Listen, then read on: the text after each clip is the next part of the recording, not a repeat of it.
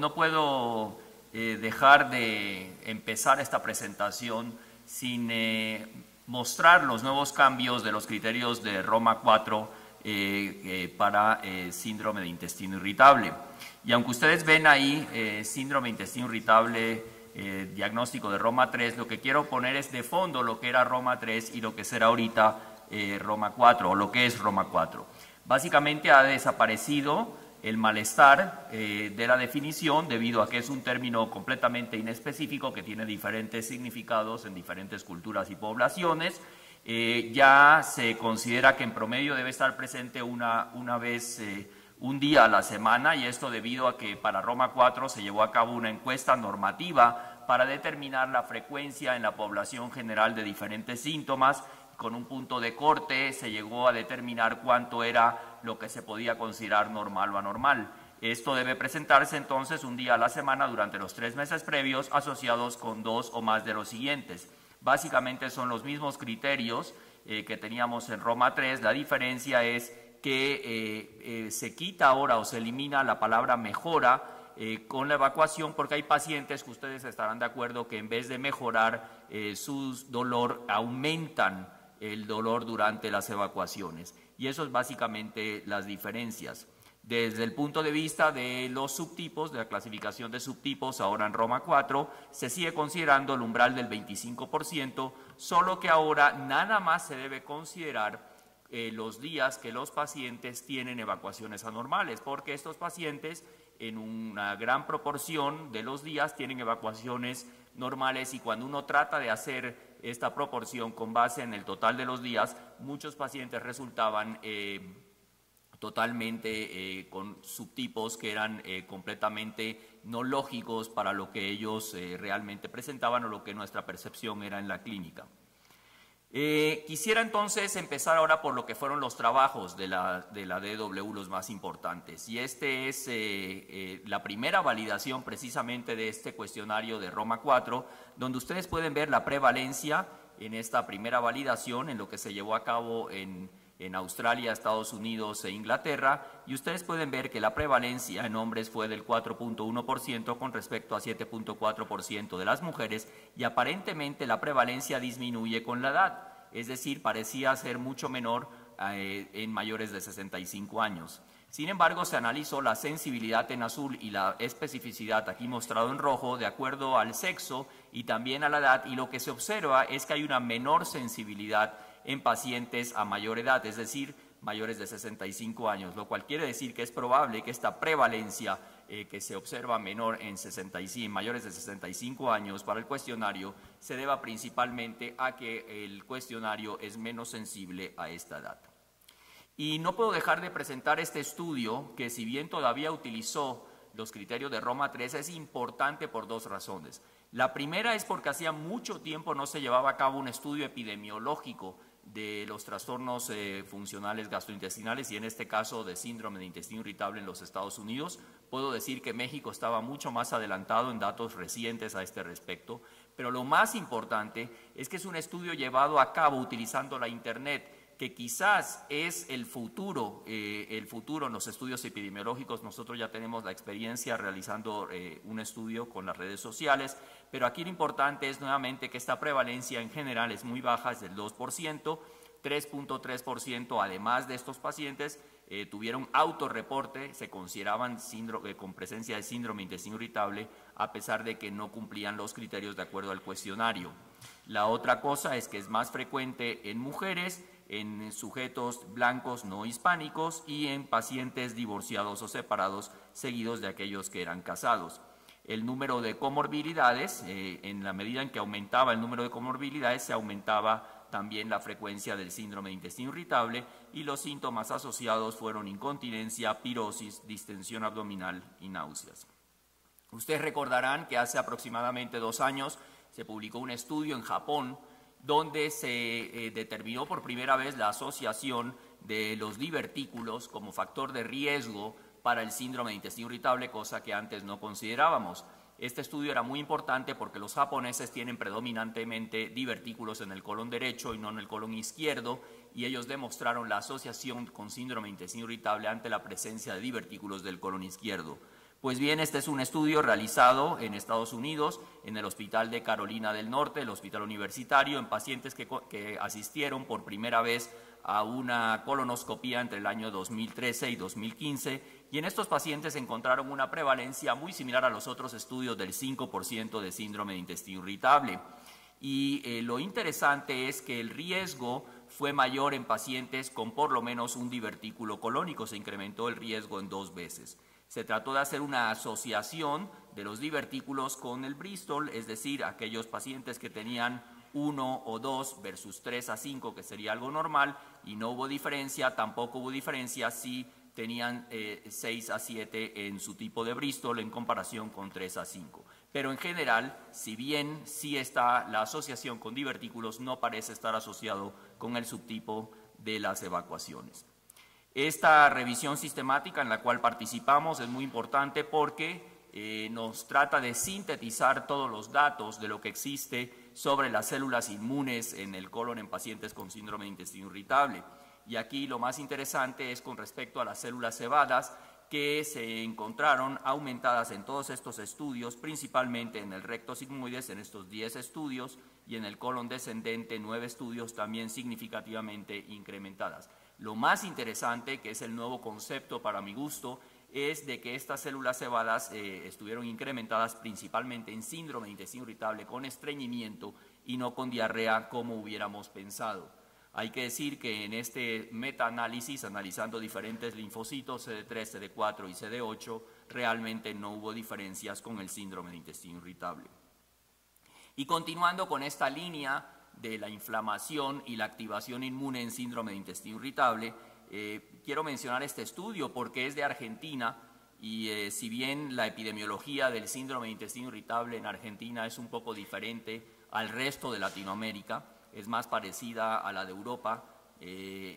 contrario a lo que ocurre en el resto de la población en la región. Es interesante porque trataron de utilizar un panel de citocinas en suero para síndrome de intestino irritable. Ustedes saben que parte de lo que se está buscando es el desarrollo de biomarcadores que nos permitan hacer un diagnóstico mucho más objetivo. Aquí ellos incluyeron 127 pacientes con síndrome de intestino irritable Roma 3 contra 44 controles y la distribución por subtipo fue 37 con estreñimiento, 27 con diarrea y 19 mixtos. Utilizaron el Bioplex para analizar 27 marcadores séricos que incluían la interleucina 6, la interleucina 5, la eotaxina, que es un factor quimiotáctico de los eosinófilos y que hoy en día está siendo muy importante como diagnóstico incluso de la esofagitis eosinofílica y de algunas otras alteraciones eosinofílicas del intestino, el factor de necrosis tumoral alfa y la IL-10. Lo interesante es que ellos no pudieron encontrar sino una tendencia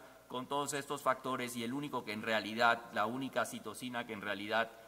parece estar muy diferente de manera significativa es la interleucina 10 que está disminuida en síndrome de intestino irritable con controles. Esto se viene a conjuntar a los datos ya encontrados en diferentes metaanálisis, inclusive en nuestra propia población que hemos publicado, donde esta citocina antiinflamatoria está disminuida, pero quizás yo no puedo concluir hasta este momento que pueda ser utilizada como biomarcador en síndrome de intestino irritable. Quizás en el futuro pueda ser integrada la interleucina 10 a otro panel de biomarcadores de diferentes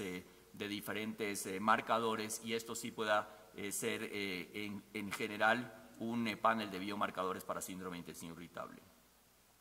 El año pasado en la DW se mostró por primera vez la validación a gran escala del anti-CDTB y la antivinculina, de acuerdo con síndrome de intestino irritable, se veía que discriminaba perfectamente el síndrome de intestino irritable con diarrea de la enfermedad inflamatoria intestinal y por supuesto de los sujetos sanos y pacientes con enfermedad celíaca. Lo más interesante presentado en la DW hubo 4 estudios que pienso mencionarlos sobre este aspecto. 3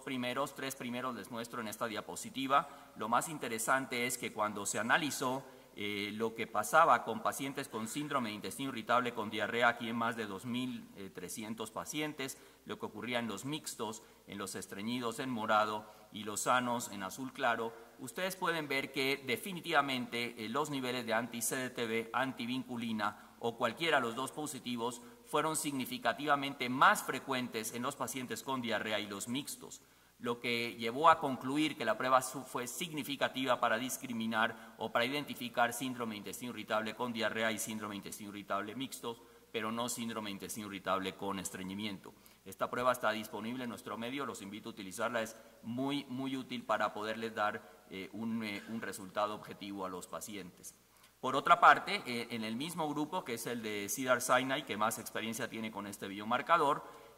se analizó lo que ocurría en pacientes en esta clínica de motilidad del tercer nivel y se encontró en esta serie de otras patologías que la positividad fue prácticamente nula de este biomarcador, confirmando lo que pensamos, que es básicamente un biomarcador para síndrome de intestino irritable con diarrea y mixto, es decir, en aquellos pacientes con adherencias, deficiencia de inmunoglobulina A, estreñimiento crónico, acalasia, síndrome de intestino irritable post-Clostridium difficile, todos estos fueron negativos, pero sí pudo ser positivo en síndrome de intestino irritable post-Clostridium difficile, que como ustedes bien saben es una forma de síndrome de intestino irritable post-infeccioso, escleroderma, lupus, que quizás aquí lo que está ocurriendo es probablemente una sobrepoblación bacteriana secundaria al compromiso del intestino delgado, lo mismo en pseudoobstrucción intestinal crónica idiopática, en gastroparesia y en enfermedad celíaca, enfermedades que pudieran tener positivos estos biomarcadores. Por otra parte, no puedo dejar de mencionar este estudio del doctor Remes de Veracruz, donde ellos analizaron en una proporción en un grupo bastante alto de pacientes, 339 con síndrome de intestino irritable y 274, donde se observa que es significativamente más frecuente la presencia de antivinculina en comparación con los controles en síndrome de intestino irritable y no hay diferencia en anti-CDTB. Esto sugiere que puede haber en nuestra población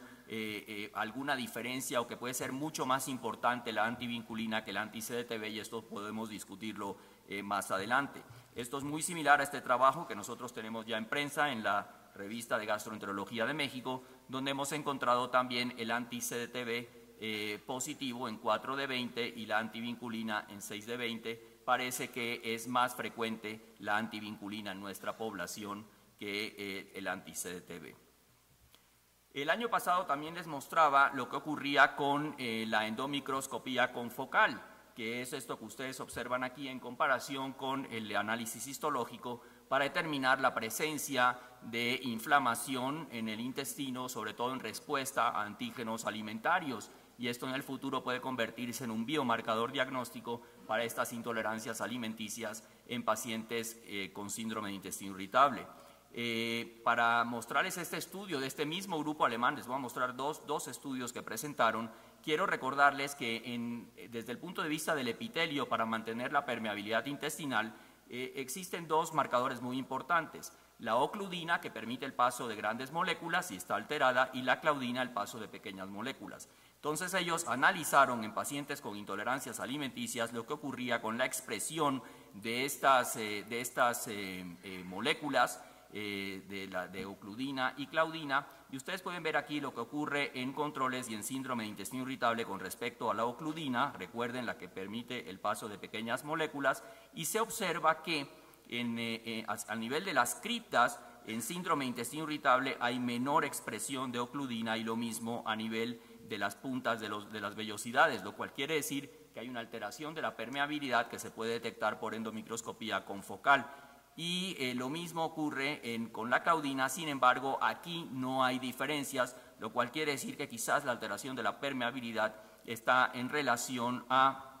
la alteración de esta ocludina y el paso de pequeñas moléculas en estos pacientes. Por otra parte, en lo que ocurre cuando se hacen estas dietas de exclusión, en este estudio que tomaron pacientes con síndrome de intestino irritable, con intolerancias alimenticias y duodenitis linfocítica, les recuerdo, esto es una entidad más o menos recientemente descrita que se presenta en síndrome de intestino irritable. Entonces estos pacientes fueron estudiados por endomicroscopía confocal, se les dio la dieta de exclusión de acuerdo al antígeno alimentario que hubiera sido detectado como positivo, es decir, que estuviera produciendo una alteración de la permeabilidad y de incremento de los linfocitos intraepiteliales por endomicroscopía confocal. y se dividieron los pacientes en aquellos que tuvieron una buena adhesión a la dieta, 14 de 21 contra 7 de 21 que no tuvieron una buena adhesión a la dieta. Lo interesante es que aquellos que tuvieron una buena adhesión a la dieta muestran una disminución significativa de estos linfocitos intraepiteliales por 200 células epiteliales, no así aquellos que no tuvieron una buena adhesión. Nuevamente, la endomicroscopía confocal en estos casos nos puede servir tanto como un biomarcador de intolerancia alimentaria en estos pacientes, así como también un biomarcador para evaluar la respuesta al tratamiento con las dietas de exclusión. Las dietas con FODMAPs siguen siendo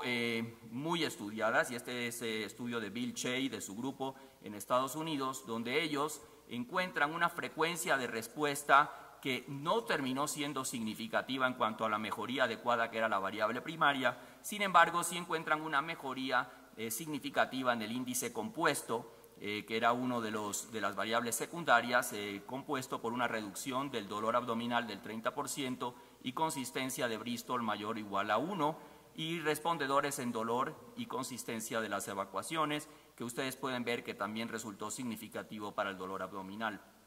En el mismo grupo, en otro estudio que también es de Veracruz, se analizó lo que puede ocurrir con esta prueba de aliento con inulina como sustrato. La inulina es un fructano y ellos lo que analizaron fueron 3 variables. Intolerancia, que es aquellos pacientes que presentan síntomas y malabsorción definida como una presencia de hidrógeno expirado mayor de 20 partes por millón, una hipersensibilidad, que son los síntomas sin incremento del hidrógeno expirado, y normales cuando no presentan ninguna de las dos. Ustedes pueden ver en los sujetos con síndrome de intestino irritable, la mayoría no son normales, o por lo menos la mitad, pero interesantemente es significativo una mayor frecuencia de hipersensibilidad, 66.5% contra los controles 45%. Es interesante que cuando se analizó lo que ocurre a las 24 horas, en aquellos pacientes con hipersensibilidad había mayor reporte de náuseas que los controles o aquellos que no tenían, y en mala absorción mayor frecuencia de diarrea. Esto en el futuro podría ser también un biomarcador para el diagnóstico de sensibilidad a los fructanos, es decir, a los FODMAPs en pacientes con síndrome de intestino irritable. Y la dieta baja en FODMAPs, ¿qué podría estar realizando? Este es un estudio donde se ve cómo modifican la sensibilidad visceral y un cambio en la microbiota. Aquí se tomaron muestras fecales de 6 pacientes con síndrome de intestino irritable con diarrea y 6 controles. Fueron sometidos a una dieta baja en FODMAPs por 4 semanas y se midieron esta endotoxina, los lipopolisacáridos bacterianos en heces, y ustedes pueden ver que en síndrome de intestino irritable con diarrea hay una mayor concentración por gramo de heces de este LPS fecal en comparación con los controles. Sin embargo, cuando se les dio una dieta baja en FODMAPs, se disminuyó significativamente la concentración de LPS en la materia fecal hasta un punto similar a lo que ocurre en los controles. Luego se tomó un sobrenadante de la materia fecal de estos pacientes y fue inyectado a nivel colónico en ratas, y se comparó lo que ocurría con el sobrenadante de pacientes con síndrome de intestino irritable versus controles, y se observó que los de síndrome de intestino irritable incrementaban la sensibilidad visceral en las ratas, disminuyeron la resistencia transepitelial, es decir, por lo tanto hay una alteración de la permeabilidad, y ambas fueron prevenidas con antagonistas del LPS. Entonces se demuestra cómo esta dieta con FODMAPs puede mejorar quizás en este sentido o disminuir la concentración de LPS. Pero por otra parte,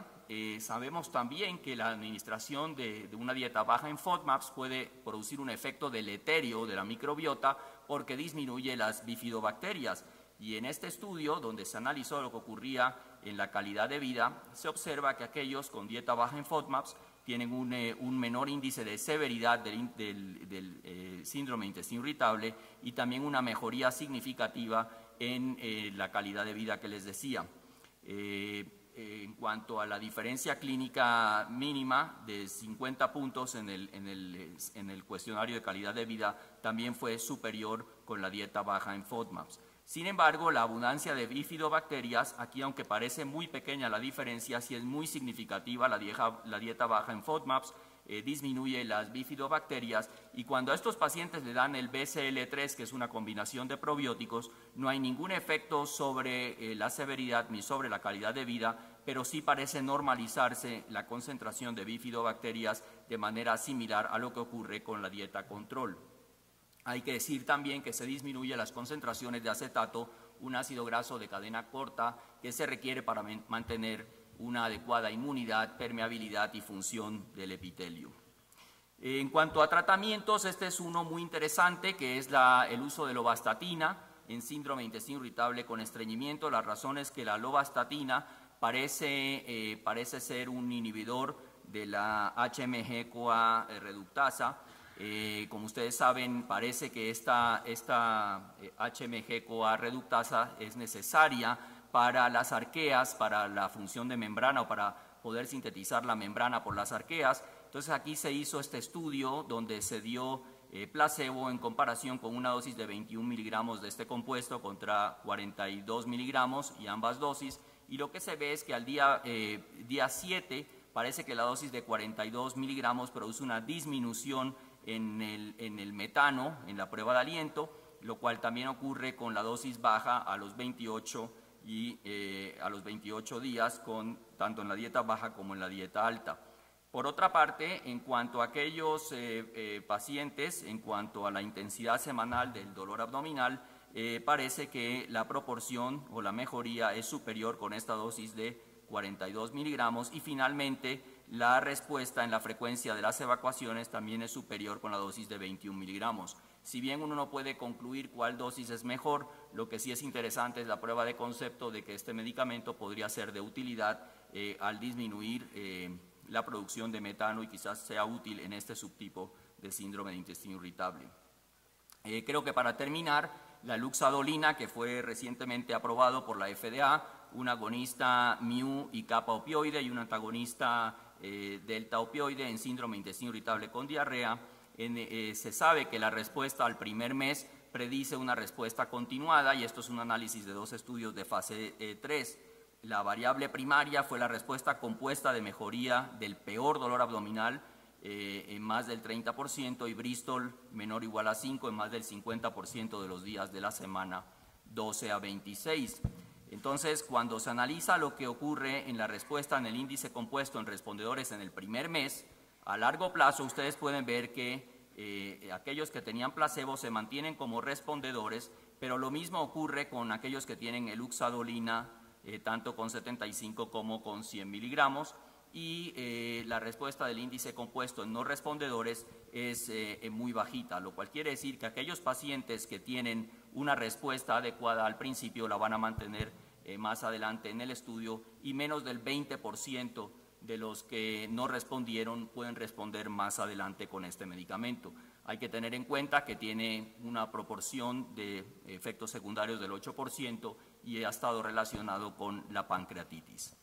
Para concluir, en la reciente DW se presentaron los nuevos criterios de Roma 4 para síndrome de intestino irritable, cuyos primeros datos de validación sugieren que tiene menor sensibilidad en sujetos mayores de 65 años. Se confirma el hecho de que pacientes con diverticulosis colónica se incrementa el riesgo de síndrome de intestino irritable independientemente del subtipo. La presencia de mastocitos aumentados en el colon está asociado a síndrome de intestino irritable con estreñimiento, y los nuevos datos respecto a anti-CDTB y antivinculina muestran que estos biomarcadores son útiles para identificar síndrome de intestino irritable con diarrea y mixtos, y no se modifican, que eso no lo mencioné, con el tratamiento con rifaximina, ni sus valores ni sus niveles. Y las intolerancias alimenticias pueden provocar alteraciones epiteliales, como son incremento en la permeabilidad intestinal y incremento en linfocitos intraepiteliales, lo cual puede ser estudiado en el futuro con endomicroscopía confocal. Es una buena herramienta diagnóstica. Sin embargo, la dieta baja en FODMAPs